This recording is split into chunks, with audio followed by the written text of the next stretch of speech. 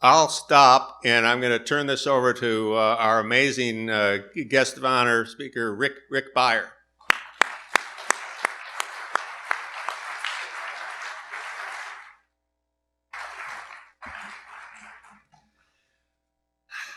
It's great to be here. Just turn the page. You're in the Army. The year is 1944, and you get your orders. You're headed into action. You're headed up to the front. But you're not going to be firing an M1 rifle or driving a tank or flying an airplane. Your mission is to put on a show. To put on a show for the enemy. You must stage a complex multimedia production spread out over many miles, and do so in the middle of a war zone. It must be utterly convincing to an attentive and discerning audience that wants nothing more than to kill you, which I hope is not the case with the audience tonight. Your life and thousands of other lives depend upon how good a job you do. And next week, you'll be asked to do it again. And that, in a nutshell, was the mission handed to the 23rd Headquarters Special Troops, the unit we know as the Ghost Army, the unit that David Hiller's dad was part of, and I'll mention him briefly further in the talk. And to pull off this mission, they used inflatable dummy tanks, they used sound effects, and they used every manner of illusion imaginable. I first came across this story 15 years ago when I met the niece of one of the veterans. And she was passionate about somebody making a documentary about this, and I fell in love with the story. I was blown away. I had never heard of this unit.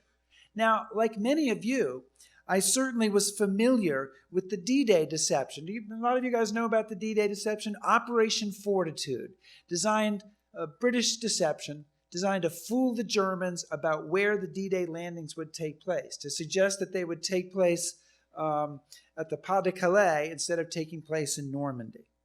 But this was something else entirely. An all-American production, 1,000 men traveling up and down the front lines, making a traveling roadshow of deception, a show that opened a week after D-Day and ran until the end of the war, till the invasion of Germany. So this was a revelation. So I started reading everything I could about it. I went to the last reunion of the veterans that they had. I went to the National Archives. My wife and I have traveled the battlefields of Europe, doing everything we could to learn about this story.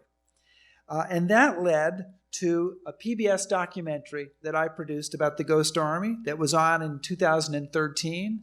And that in turn led to the Ghost Army book that I co-authored with Elizabeth Sales, and a whole bunch of other things that have happened since then, including the fact that Hollywood has gotten interested. And the producer of the movie American Sniper is working with Universal Studios to make a Hollywood film about this that currently Ben Affleck is attached to. There's an article in Variety about it a few months ago. So I would like to say that this has all happened because I am a genius storyteller, and everything I touch turns to gold. Sadly, that was a little loud, that laugh there, David. That was a little too much, yeah. Sadly, that's not the case. But what is the case is this is really an amazing story. And it's one that I've been lucky enough to hear about from the mouths of the veterans. And now I'm delighted to have a chance to tell you about it here tonight. So what I'm going to do is I'm going to talk for a while about how they carried out these deceptions. And I'm going to let the veterans talk to you as well through some clips from the documentary. And then we'll explore their role during the Battle of the Bulge 75 years ago this month, and then I want to talk a little bit about our efforts to honor them today. Now, their mission, of course, I have to make sure my remote's working. Oh, very good. Their mission was deception. And in particular, these deceptions involved impersonation, impersonating other units in the American Army, much larger units, to fool the Germans about where those units were and what their intentions were. I'm going rogue here for a minute. I want you to imagine that everybody on this side of the room, you are all in the 75th Infantry Division. I know you're very happy about this. And you are planning on trying to attack the Germans off in this direction, okay? But the people, just the people in the front two rows here, just these front 2 rows, they are going to pretend to be all of you with all your tanks and your artillery pieces and everything you've got. And these guys are going to pretend to attack the Germans right over here. And so what we hope is going to happen is that the Germans are going to move their forces from here over to here so that when you guys attack, you do so with more success and less loss of life. And that is the idea behind this unit. And they didn't do this once or twice. They did it 22 separate times in Northern Europe. And this is the cover of their official history. And around the edges of this official history, a document that was top secret until 1996, are the insignia of every unit they impersonated during the war. I'm so sad that the big red one is not one of the units, although the 1st Division was very near them at several times. But there's 36 insignia on there, and in the middle, you see the ghost insignia, which was kind of the unofficial insignia of this unit. Being a secret unit, they didn't have an official insignia. So how did they do it? Well, the Ghost Army went to war with a multimedia approach. 3 kinds of deception: visual, sonic, and radio. And the visual deception is the most spectacular looking one for sure, because they used inflatables, inflatable tanks such as this one.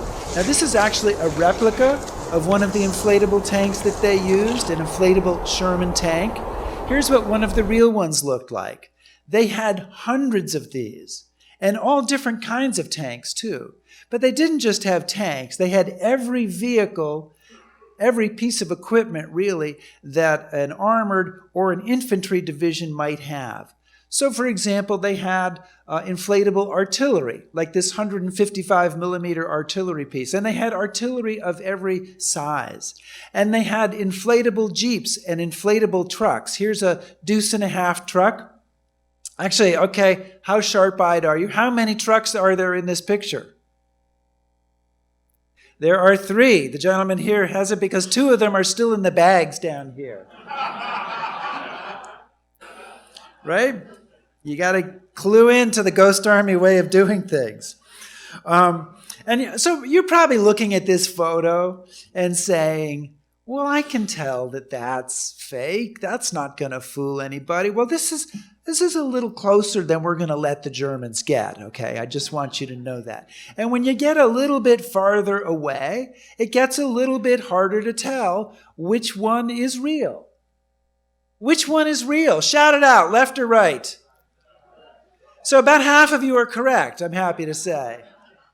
And in fact, it's the one on the left is the real one. But this is still closer than we're going to let the Germans get. So now I want you to imagine that you have dozens or hundreds of these inflatables. You can paint the landscape with a 3D masterpiece. Here's a photograph from an actual deception that the Ghost Army did along the Rhine River in March 1945. Operation Viersen, their last deception, their biggest deception, probably their biggest success. Every vehicle in this photograph is inflated. Now, I want to teach you a lesson about deception in case you want to put it into practice in your personal life in any way, in your business career. I want you to tell me, it's a little hard to see, but we'll zoom in if we have to, what it is that makes the tanks in this photograph look so real. The tire tracks, well, they're technically tank tracks, but yes, treads, tank treads, but it's the tracks, right? Because a 90-ton Sherman tank, it turns out, makes a heck of an impression in the ground, as I'm sure you guys found out when you parked the ones out there that are in the tank yard. A 40-ton Sherman tank, I should say, a 90-pound dummy does not make an impression in the ground. So how do you get the tank tracks? Well, they had a combat engineering company equipped with 3 bulldozers. And one of their jobs was anytime they're setting up these inflatables, they've got to put in the tank tracks. Attention to detail. It's really artistry, if you think about it. It's artistry and attention to detail that makes deception work. And if you leave one detail wrong, that might be the clue that clues in enemy intelligence as to what's really going on. Now, the soldiers who worked with these dummies found it, I think it's fair to say, a memorable experience. So I'm going to let them tell you about it.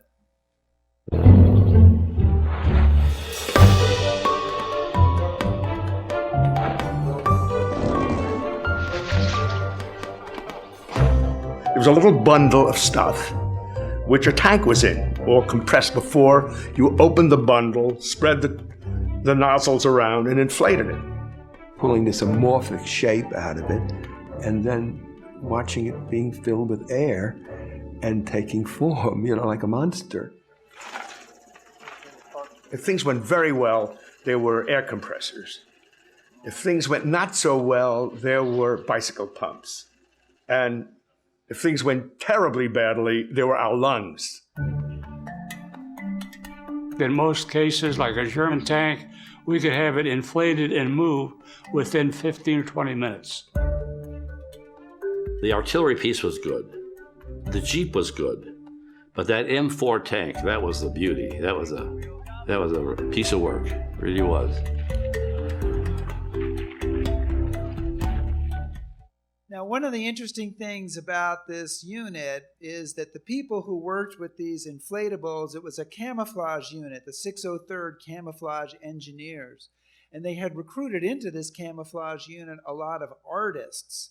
And they included some people who went on to become famous, the fashion designer Bill Blass, the minimalist painter Ellsworth Kelly, and an artist who didn't become quite so famous but had a tremendous career named Arthur Shilstone. And Arthur is still alive. He lives in Connecticut. He told me a wonderful story about one of the first times that they were setting up the inflatables in France. And they had set up a security perimeter to keep out prying eyes, but somehow a couple of Frenchmen on bicycles got through that security perimeter. And Arthur's on guard duty, so his job now is to shoo these guys away and get them out of here.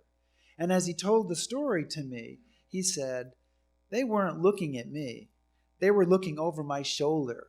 And what they thought they saw was 4 GIs lifting a 40-ton Sherman tank and turning it around.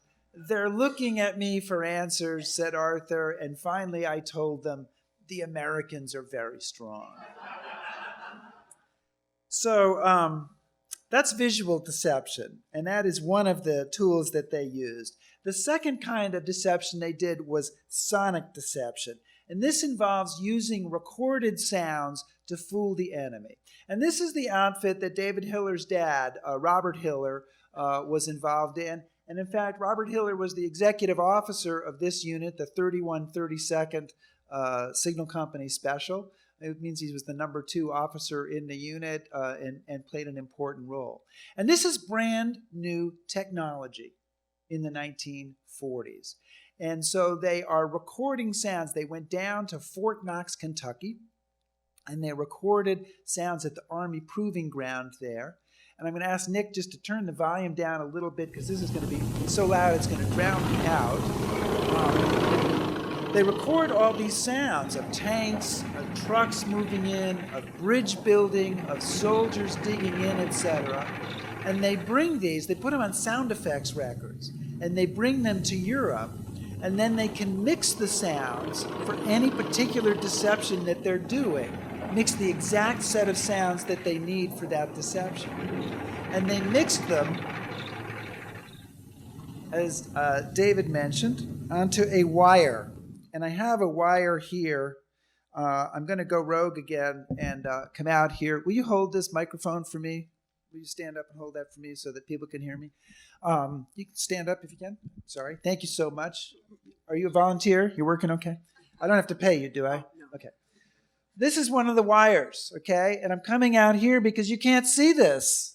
So this gentleman, can you grab that? And you tell me it's really there, right? Okay. And what does it feel like? What's the consistency of this, you think? Yeah, it's like almost like a fishing line, isn't it? That's about the thickness. Thank you. Great job, you guys. Thank you so much. Checks in the mail. But they record the sounds onto wire, and just to make a guess here, this is about 6 feet of wire I'm holding, right? How much sound do you think is on 6 feet of wire? 1 second. Approximately 1 second. So, and it's actually very high fidelity. And of course, it's much better than a record because the record's going to skip. If something goes wrong, your wire's not going to skip. Very high fidelity. And so they can mix their sounds to the wire and then play them as part of these deceptions. And it was very effective. It's theater of the mind. If you're awake at night and you hear a noise downstairs and you start to wonder if it's a burglar, it's the same idea, right? Except we're trying to instill these fears in somebody listening, that the armored column is coming, that the trucks are coming. Now, one of the officers who worked for David Hiller's dad was a guy named Dick Syracuse. And you met Dick, didn't you, David, at some point? Dick Syracuse described himself. He said, I'm a kid from the Bronx, is how he described himself. And he told me, and I'm going to let him tell you, a great story about what happened one night when they were carrying out deception in Luxembourg and the interaction that he had with a colonel from an armored cavalry unit that was in the same area. And make sure that sounds back up again, Nick, and here we go. This one particular night, we're playing a concert, as we would refer to it, and we had a perimeter between us, then the cavalry, and then the river and the Germans. And all of a sudden, storming up the road, this guy looked like a monster because he had a flak jacket on, and there were hand grenades hanging, and carrying a Thompson submachine gun. And he sees, "Lieutenant," "Yes, sir." "What the hell's going on here, son?" I said, "Well, what do you mean, Colonel?" He says, "What are them tanks doing here?" I said, "Well, there aren't really any tanks." "Well, some expletives suitable to the occasion." And he said, the gist of it was, "Don't tell me, I know what I hear. There are tanks out there, and nobody told me there was going to be a tank." And I explained to him about the sonic vehicles and what they were doing and why. And as it developed, he had been away at the briefing, and it was too often the occasion. A lot of the ground people did not take deception seriously, so he wasn't told. So his parting words was, "Well, son," he says, "you certainly could have fooled me." Okay, so it makes sense if you're fooling your own officers, you may be fooling the enemy as well. But my favorite part of that story is the expletives. Watch out for the expletives. So that's sonic deception. That's the second leg of the stool. The third type of deception that they used is radio deception. And simple idea in radio deception, we're going to try to replicate the radio signals of a real unit to make it seem like it's really there. The same radios that a unit would have, from the big division level radio down to the smaller radios at regimental level, and try to make the Germans hear this. If they hear it, they're going to believe that a division is really operating in that area. This gentleman right here, by the way, I just want to say in this picture, this is Stanley Nance, and Stanley's 102 now, I think, 101 now, and living in Utah. And this is his radio truck, which he named Kilowatt Command. And so Stanley was a high-speed radio operator, so he's one of the guys who are carrying out this deception. And radio does not get as much attention as some of the other forms of deception, which is too bad, because it really was one of the most effective means that they used. The Germans relied heavily on signal intelligence, SIGINT, as the Army calls it. And so one of the veterans in that radio unit, a guy named Spike Berry, I think does a very good job of explaining the importance of this unit and the role that it played. Radio was the stage setter. Now, when you think of the 23rd Special Troops, you think of the inflatable tank or the sound guys, and they're great. But they have to have a stage on which to perform.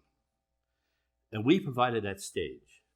We painted a picture in the German intelligence, in their mind, as what was going on.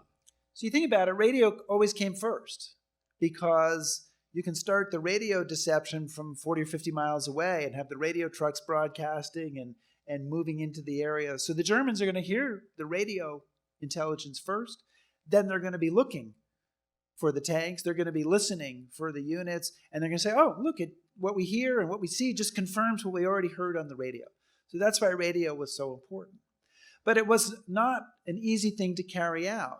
All of these conversations, I should say most of the conversations, are in telegraph. They're in Morse code. And the German intelligence was so sophisticated that they could recognize the individual sending style or fist of American radio operators. So they would know the guy who was the normal radio operator for the 5th Division or the 84th Division. So the Ghost Army radio operators, like Stanley Nance, had to learn to imitate the operators that they are impersonating. So they try to sit beside them when they could, see how fast they sent, try to send at the same speed, see where they made mistakes, try to impersonate them in the form of the telegraph key. Again, it's artistry and it's attention to detail to carry off the deceptions. Now, in June 1944, a few weeks after D-Day, the 1,100 men of the 23rd go into action armed with the 3 types of deception I've described. And they become part of the 12th U.S. Army Group under General Omar Bradley.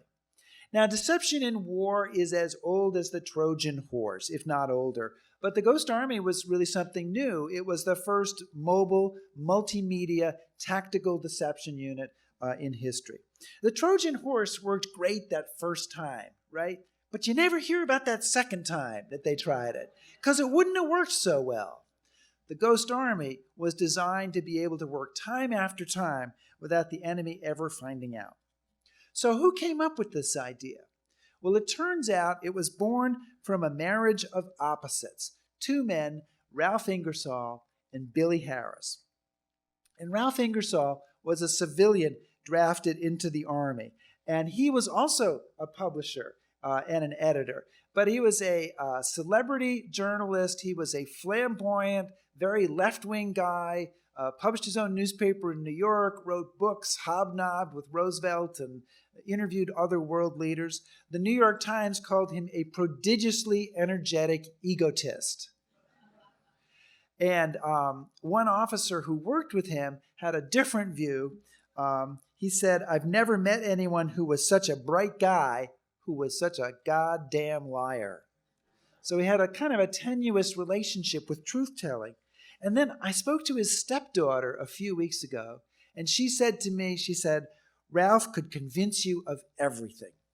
So wait a minute, what a great pedigree for a deception officer. He's a bright guy, he's a good liar, and he can convince you of anything. I think this is who we want planning our deceptions.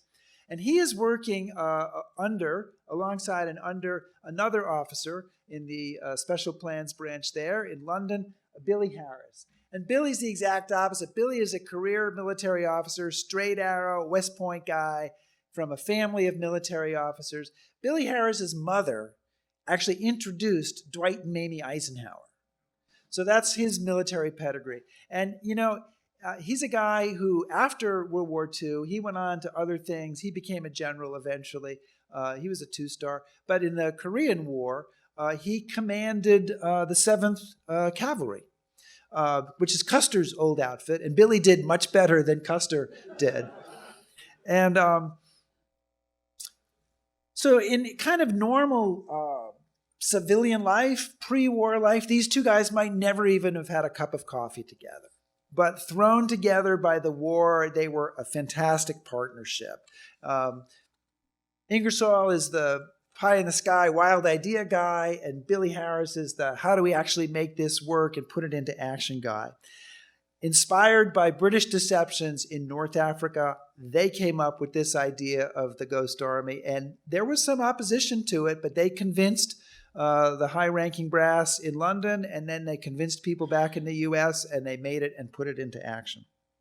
And they wind up as key officers in the Special Plans branch, working for General Omar Bradley and coordinating the deceptions of this unit throughout the war. Now, as I said, the Ghost Army goes to war armed with 3 types of deception. But once on the ground in Europe, they realize something is missing. You got a bunch of bright, creative people in this unit, and they kind of figure it out. And there's a lieutenant who's at the forefront of sort of figuring out what's wrong. His name is Fred Fox. And what they need to be, he says, is they need to be more theatrical.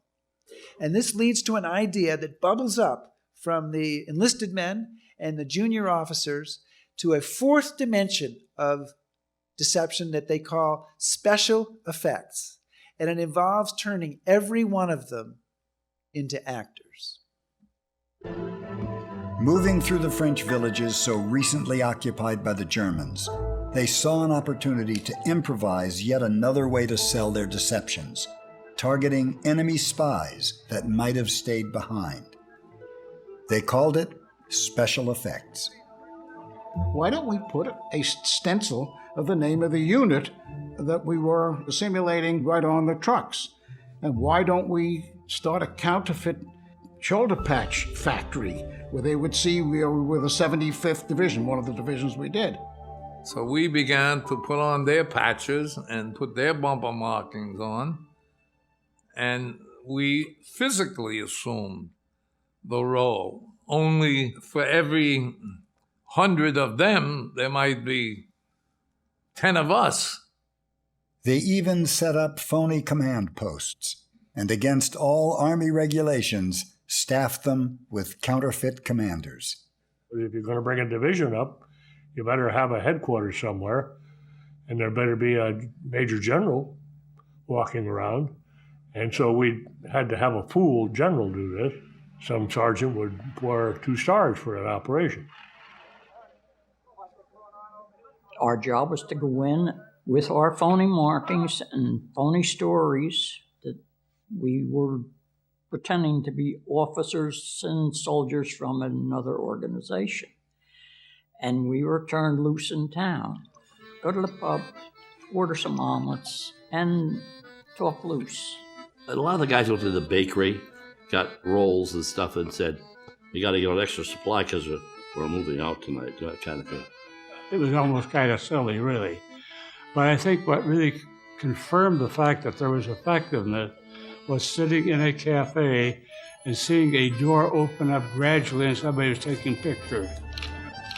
We'd find out if like a division or a special unit had a particular song that they liked to sing. We get blitzed and then sing their song. I'm sure your dad never got involved in that part of it. So so this idea of impersonating generals and high-ranking officers, it sounds unbelievable, doesn't it? It sounds like something that you would see in a movie and you would go, well, that's fake. That's not real. That couldn't have happened. But it did happen. And there was a story, we were talking about it at dinner, there was a story that was told to me by a man named George Rebb. And George was a captain, West Point, class of 43, I want to say. But he's a captain in the unit, and he's pretending to be a colonel during this one deception. And through an odd set of circumstances, a couple of his West Point classmates show up at the headquarters of this regiment that he's supposedly commanding. They're lost. They're trying to find out where they are.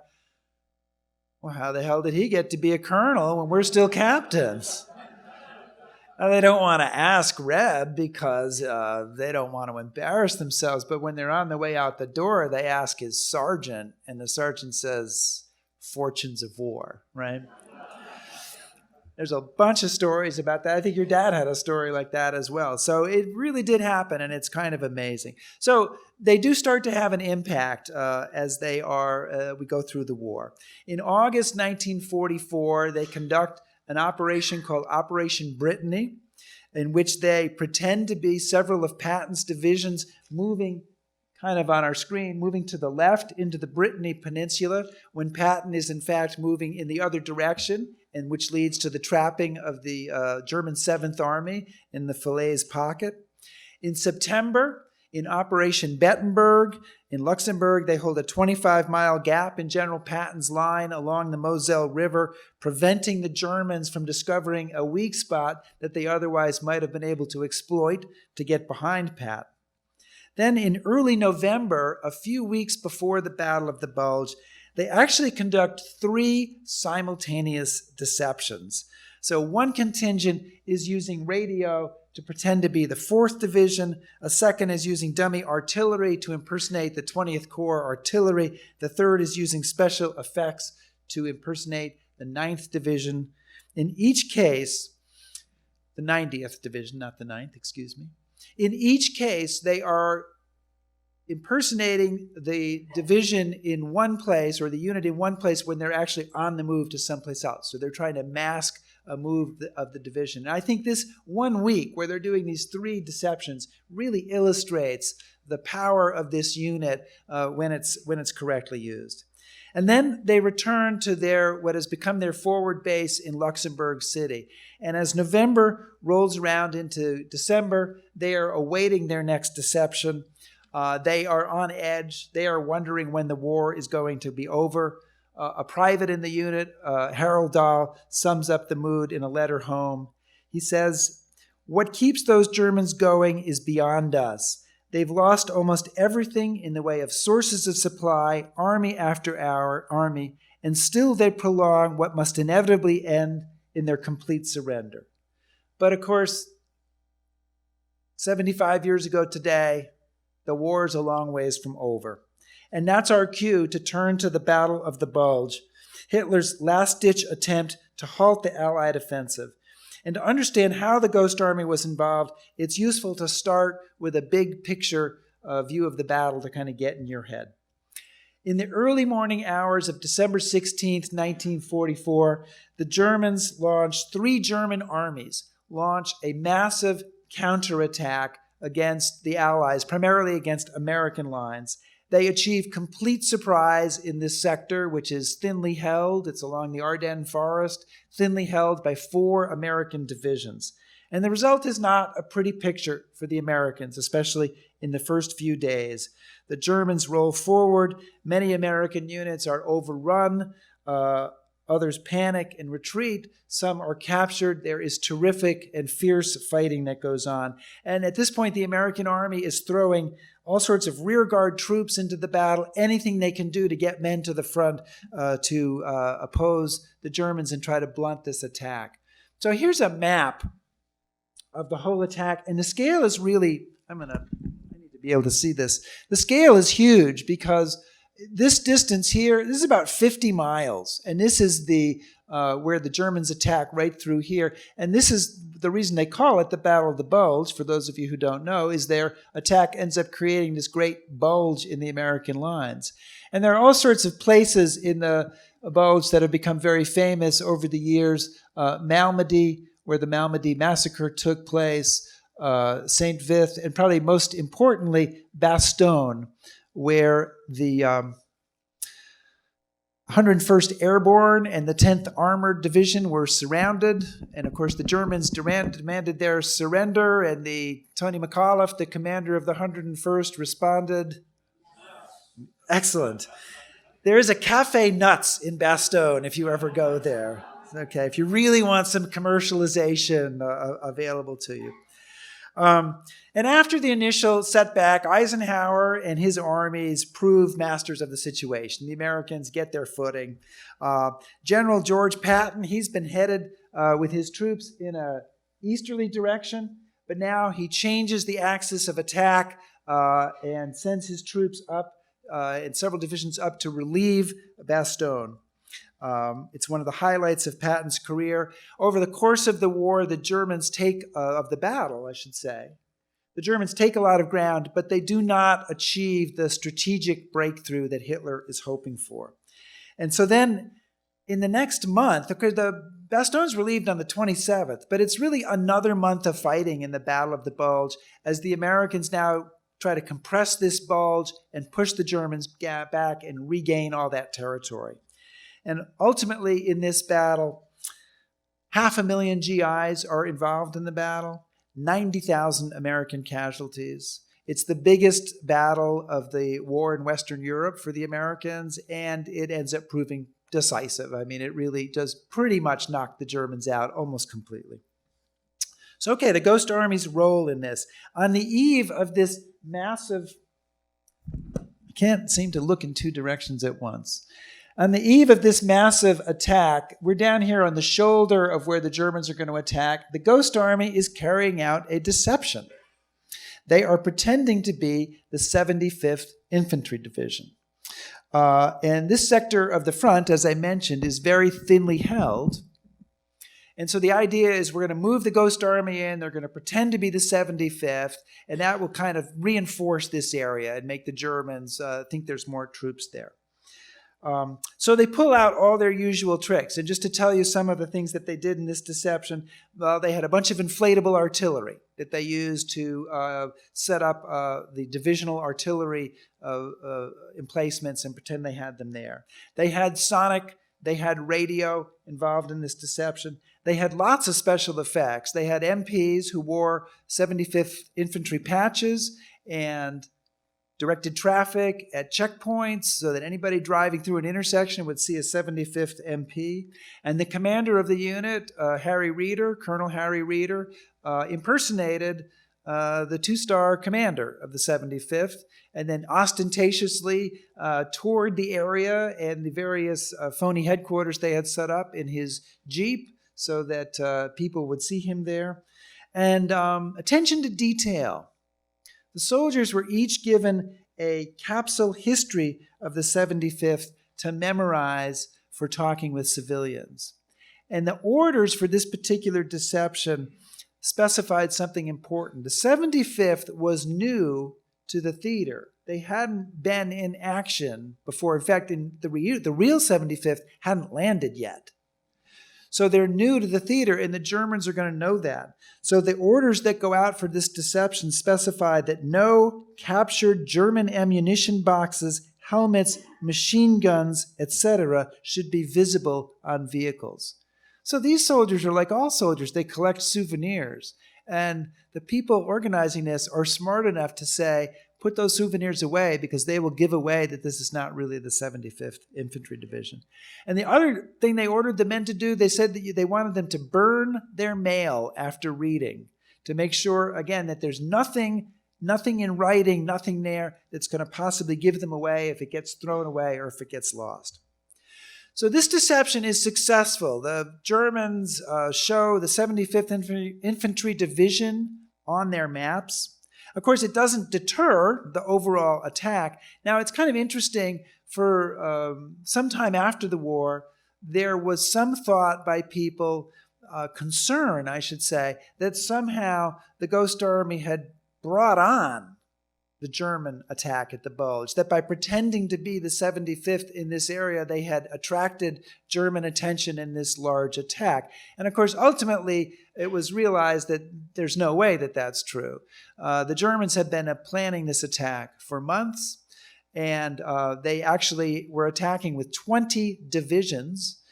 It wasn't going to make a great deal of difference to them if the 75th was there or not there. So this is a case where the deception worked, but because of what the Germans had planned, it wasn't effective in changing the plans of the enemy.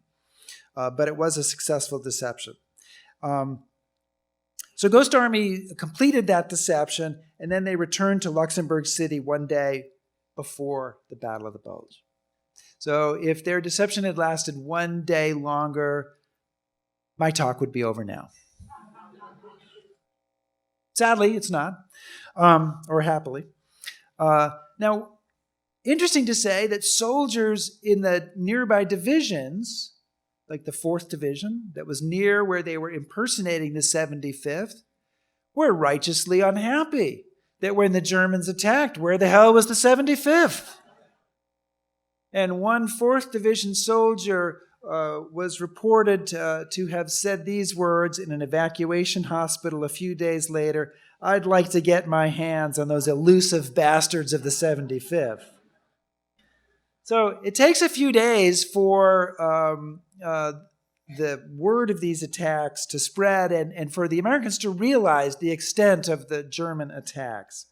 So one of the soldiers in this unit, Sgt Spike Berry, he finds out about the attack while making one of his routine runs to return a movie screened for some of the men at their billet in Luxembourg City. And if I'd played the video at the right time, it would have started rolling. But it will now. And I went into this town where 8th Corps was. Film library was closed. Gone. Nobody there. I went to the middle of the town, a little square, and there was an MP there. And I said, "What's going on here?" He said, "What the hell are you doing here?" And I said, "I'm returning a movie film." He said, "You're returning what?" I said, "I'm returning a movie film." He said, "Listen, sir," he said, "you get that Thompson submachine gun that's in your leather holster along your spare tire, and then you and your driver get the hell out of town." Well, the town that Spike got the hell out of was Bastogne. And that was, as best as I can figure out, that would have been on December 17th. 101st Airborne gets into town, I think on the 18th or 19th. It's a pretty dicey situation for all of these guys. Now, with the Germans rolling over the frontline troops, Eisenhower is putting rifles into the hands of cooks and typists and anybody they can to get some troops in the front line. You might think that they would take this unit, which is very mobile, they have trucks and they have half-tracks, and push them to the front. Because this is 1,000 guys who are all armed and work together, and you could put them in someplace and use them to, in a very small way, to plug a gap. And that the Army doesn't do that, to me, speaks volumes. I am a Sherlock Holmes fan, and to me, this is, to paraphrase Sherlock Holmes, it's the dog that doesn't bark in the nighttime. You know, in Sherlock Holmes, he says, one of the other detectives says, do you have any clues that you can give us about this case? He says, well, there's the curious incident of the dog in the nighttime. And the other detective says, the dog did nothing in the nighttime. And Sherlock Holmes says, that was the curious incident. And in this case, it's something that didn't happen that to me is important. Eisenhower doesn't want to risk this unit being captured, being chewed up. It's more important to preserve its deception capability for future use. And so they ready this unit for withdrawal and eventually withdraw most, although not all of the unit, from Luxembourg City back to Verdun a few days later. But I want to jump over to another thing that happens that the Ghost Army becomes part of in the Bulge. On December 19th, 3 days into the battle, a famous meeting takes place in Verdun. Eisenhower and Bradley and Patton and various staff officers are laying their plans to blunt the German attack and relieve Bastogne. If you have seen the movie Patton, you've seen this meeting, although in Patton, Eisenhower isn't at the meeting for some reason. But this is where Patton proclaims that he can turn around his army in 3 days and relieve Bastogne. And that's what's going on there. And somebody else at this meeting is our old friend, do you remember the prodigiously energetic egotist, Ralph Ingersoll? He's part of this meeting. And he is in the Special Plans branch of Bradley's 12th Army. He recalled the scene years later. He recalled Patton striding up and down the room, not the cocky man I remembered, because he had met Patton before, planning deceptions, but one with lines of grim concern etched on his face. Now, Patton's going to make this move to Bastogne. Bradley is concerned that it's going to be difficult to disguise what he's doing, and so he'll draw a lot of German counterattacking. And suddenly he turns to Ingersoll, and he wants to know if there's anything the Ghost Army can do to fool the Germans about where Patton will strike. And Ingersoll, this is the guy, the smooth guy who thinks he's the brightest guy in the room. He's got the right word for every occasion. He's struck dumb as all this high brass is looking at him. He says, yes, we can do. And his mind goes blank. He has no idea what they can do. And so finally he says, something. And Bradley says, well, do it. So as much of the Ghost Army beats a retreat towards Verdun, 200 soldiers from the Signal Company are tasked to put together a 24-hour deception to help fool the Germans about this attack that Patton is launching on Bastogne. So while two real divisions, the 4th and the 80th Division, set out for Bastogne, these guys here in blue, the Ghost Army pretends to be those same divisions positioning themselves for a possible attack against the Germans to the east. 29 radio sets are used in the course of this deception. Now, the 4th and the 80th are unable to impose radio silence. That would make the deception work better because then the only radio signals would be the fake ones. So the idea is that the Germans are going to hear 2 sets of signals here and not know which one is the real one. The hope will be that they'll divide their forces, or maybe they'll make the wrong guess about where Patton is going. It's put together very fast. It is not the best planned deception in the course of military history. But since it's going to give the Germans a confusing double exposure, they call it Operation Kodak. I don't know. That's it. Okay. That's true. That's true. That is why they called it that. So they had some problems, some hiccups in this deception. They have an old authentication code so that the 8th Corps command doesn't acknowledge their messages, but they keep transmitting them anyway. There are other hiccups, but there is evidence to suggest that the Germans bought the deception and were slow to pick up on the attack, especially by the 80th Division. And Ingersoll never had any doubts. In his unpublished memoirs, he wrote, "This bit of trickery, I know, did work exactly as conceived." Well, I don't know if that's true, but Patton's Third Army does break through the German ring around Bastogne, links up with the 101st Airborne on December 27th. Maybe the Ghost Army gets a little tiny bit of the credit. So after Operation Kodak, the signal company rejoins the rest of the Ghost Army. They are hunkered down in Verdun between Christmas and a few days after Christmas. Verdun is the site of the great World War I battle where 500,000 people were killed. Lieutenant Fred Fox said it was, and I quote, "a depressing city filled with 1,000,000 ghosts of other unhappy soldiers, and that makes it much too crowded." And so that's where they spend an unhappy New Year's, contemplating what 1945 will bring. And what it brings immediately, almost immediately, really actually starting just before New Year's, is a series of operations. Because having preserved this deception capability during the initial German blast, the U.S. Army is now ready to put it to good use as American troops start to claw back territory. And so in January 1945, this unit conducts 5 operations, one after another. They portray the 87th Division, the 90th Division. They portray the 4th Division and the 95th Division, all in quick succession. The soldiers I talked to about this said one deception started to blur into another. Veteran Arthur Shilstone, recalling this period, said there were days, it seemed to me, that we didn't get any sleep. And this is all happening in some of the harshest conditions. They're spending weeks in the field in what is, many people have said, the coldest European winter in 40 years. This deception assignment was not a cushy assignment, especially not during the Battle of the Bulge. And yet, I think it's really important to say that every one of the Ghost Army veterans knew that they had it easy compared with the frontline guys. And every one of these soldiers said words to me of something to the effect of, we weren't the heroes, those guys were. You know, we were there, we did our job, but they were the heroes. So it was a tough time, but there is, I have to tell you, one somewhat humorous story from this time period.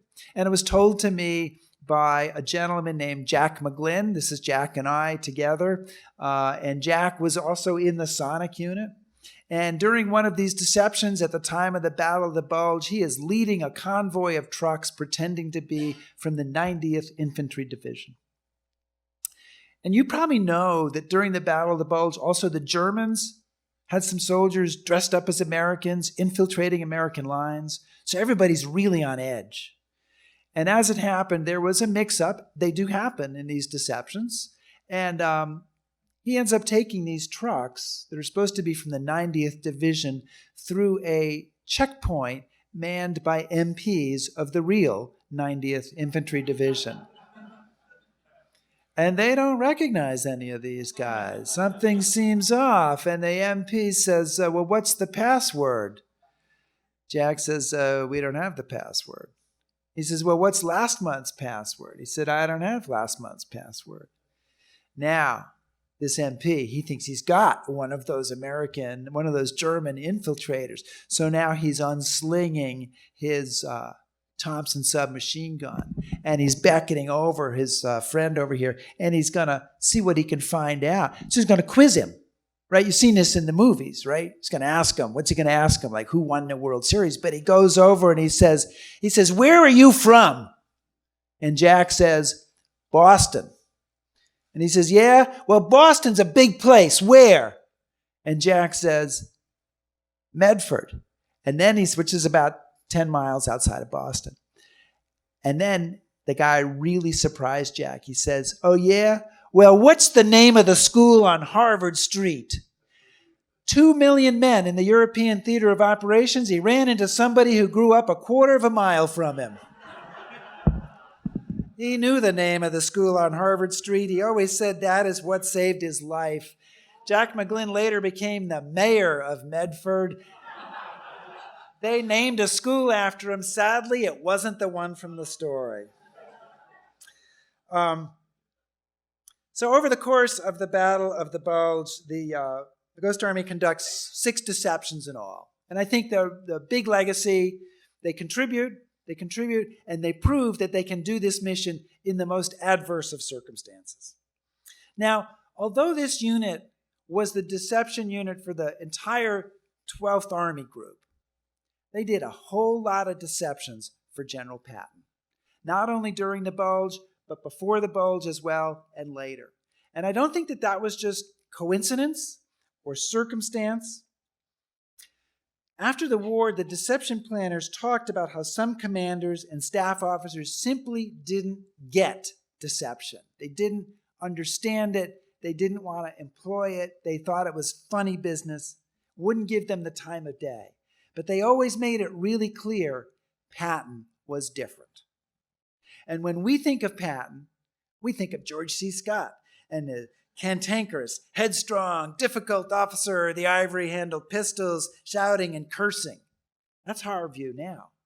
Now let's look at what Colonel Billy Harris, who was one of those deception planners, what his view of Patton was. He said, he was the greatest team player we ran into over there. He would do anything you asked him to in the interest of the overall picture. Different, right? And Ralph Ingersoll, he recalls sitting down with Patton to brief him on a deception mission. Patton gave him a little grief, gave him a little of the attitude. But then he sat down and listened, and he not only embraced the deception, but offered up suggestions on how to make it better, which is a great window into his generalship. He wanted to win. He knew that deception was important, and so he made that part of his toolkit. And how important was deception? How important was this unit in the entire war? A top secret U.S. Army report on the Ghost Army done 30 years later categorized their exploits this way. Rarely, if ever, has there been a group of such a few men which had so great an influence on the outcome of a major military campaign. So these guys were, I think, really the unsung heroes of World War II. Now, next September, in 2020, we're going to do the 4th Ghost Army tour of Europe. So my wife and I have been leading these since 2014, I think. And I think we'll go forward one. There we go. 4th Ghost Army tour of Europe. We start in England. We end up in Germany. We trace their footsteps over the course of the war. It's a fabulous trip, and I did bring a few brochures with me. I didn't bring 200 of them, but so if you're really interested in the trip, you can check one out. It's done through Stephen Ambrose Historical Tours, and you can check them out on the web. But one of the stops on that tour is the American Cemetery in Luxembourg. 5,076 GIs buried under rows of gleaming white crosses. And up front is the soldier we've been talking about a lot, General George Patton, killed in a car accident not long after the war's end. And his grave is a tourist attraction. The buses come up to the cemetery, people get out, and they come out and they gather around his grave, and the tour guides talk about General Patton. I've done it myself. Way back, further back in the cemetery, is the grave of another George, It's not a tourist attraction. And George Peder was one of the soldiers in the Ghost Army. He was one of the radio deceivers, trying to attract attention, which he did all too well in March of 1945 during Operation Bougainville. And I want to read you just a short excerpt from my book about the operation in which he was killed. As the deceivers were getting ready to move out, German artillery opened up on them. Private Harold Lehner was standing by one of the trucks when there was a shattering, smashing, blinding series of explosions around us. The ground shook and heaved under their feet. Sergeant Victor Dowd was sitting in a truck full of soldiers with his driver when a shell landed and hit the truck in front of us, and then another shell went over our heads and hit the truck behind us. And I was thinking, do I tell them to get the hell out of here now? And with that, the signal came, and we moved. And it was just a case of luck, Dowd recalled years later. Luck is the paramount word. If you're in the wrong place, you can be dead. If you're in the right place, you can live to be as old as I am. Sergeant George Peder, a 6-foot collegian from Philadelphia serving in the radio company, was riddled with shrapnel when his truck was hit. Private First Class William Anderson recalled that men went to help, but Peder told them, "Don't bother, I'm going to die," which he did shortly thereafter. You know, George Peder was an only child. He had no children.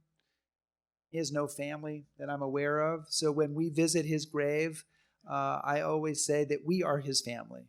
And we always try to lay a wreath there. This is from a trip last year. The gentleman on the left, Bertie Bluestein, is a Ghost Army veteran from Schaumburg and still with us. And everybody else here is a child or a grandchild or great-grandchild of a veteran. And George Peder was one of 3 men killed in action and about 20 seriously wounded in the course of carrying out these deceptions. And his grave is a sobering reminder that although this is as whimsical a World War II story as you will find, that men bled and died to carry out these deceptions. 500 years ago, the political philosopher Machiavelli wrote these words, "Though fraud in all other actions be odious, yet in matters of war it is laudable and glorious." And one of my honors, one of the great honors of my life, is the chance that I have had to talk to so many veterans of this unit, to hear their stories, to walk the battlefields with them, to visit their families, to introduce them to audiences around the country and around the world. And these guys have become very dear to me. And there's 2 in particular I want to just introduce you to here. This gentleman on the left is Harold Flynn, and he's still alive. He is the youngest Ghost Army surviving veteran. He's 96 years old. He had his birthday on December 1st, and he lives in Galesburg, Illinois, so not too terribly far away. And then the gentleman over here, this is Gil Seltzer. This photo was taken a year ago. Gil is the oldest surviving member of the Ghost Army. He is 105 years old. When Gil was 103, back in the old days, I called him up to wish him happy birthday. "Happy birthday, Gil," I said. "Can't talk, Rick. I'm waiting for Uber to take me to work."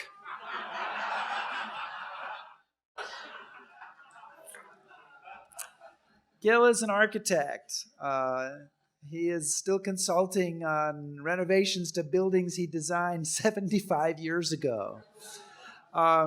He actually just told me that he's shutting down his office and probably going to be working at home from now on. I said I thought that was okay. And it's great. There's about 17 veterans of this unit still alive that I'm aware of out of the 1,100 who served in it.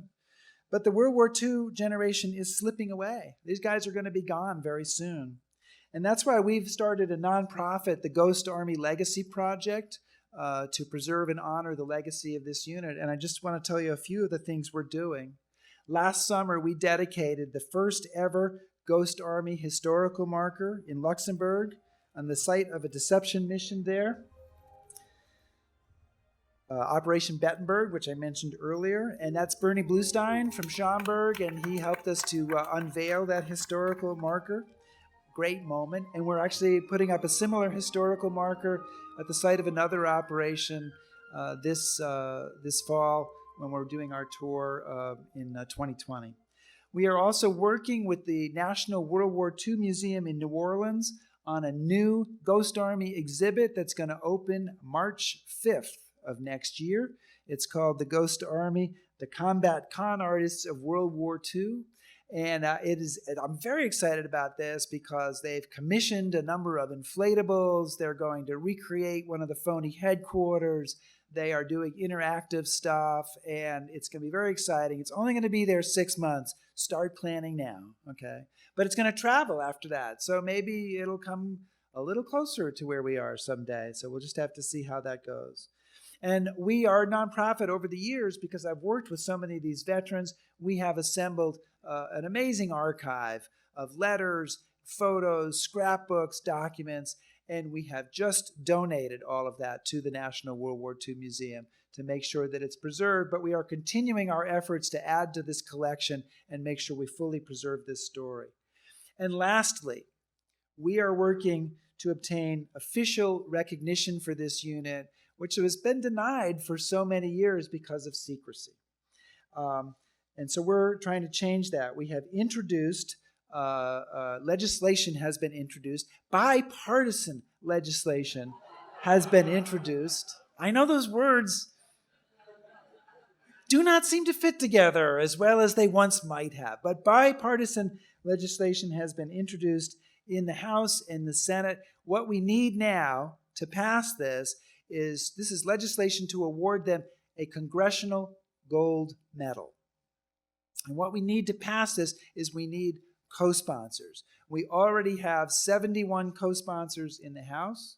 We have 17 senators behind the bill, but we need a lot more to get it to a vote. And I would say that if you are inspired by this story in any way, and you want to contact your representative, you want to contact Senator Duckworth. Senator Durkin's already a co-sponsor. Senator Duckworth is not yet, although I believe she's favorably inclined, and we just haven't gotten it over the transom there. And I have some one-sheets over here about the unit and legislation, and that give you the bill numbers and give you a few arguments to make. And our website, our nonprofit website, is ghostarmy.org. So you can go there and get information about how to lobby and what to do on that. We would really appreciate the help. The men of the Ghost Army weren't textbook heroes. They weren't like the John Wayne heroes we think about in the movies, but they served with ingenuity and courage and honor, and they put themselves in the line of fire in order to draw fire away from other soldiers, buying those soldiers a chance to fight and to live. And as one of the veterans, Stanley Nance, in the radio company said, if one mother or one new bride was spared the agony of putting a gold star in their front window, that's what the 23rd Headquarters Special Troops was all about. I think that's something Machiavelli would find laudable and glorious. I do, and I hope you do too. Thank you so much.